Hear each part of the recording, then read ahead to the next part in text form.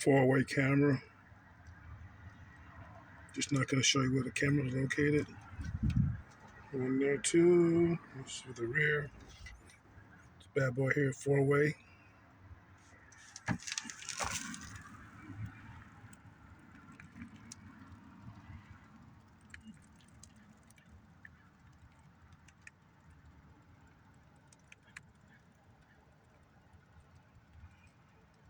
$2,000 watt inverter with remote.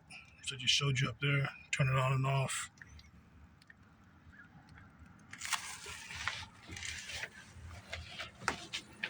Got 400 watt on the roof.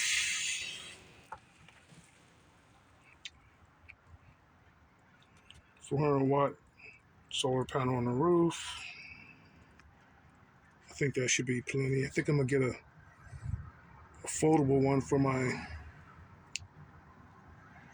power station. It's like a 1500 watt. And I'll probably have to change this wire because I don't know what gauge that is. I just had that extra shit on a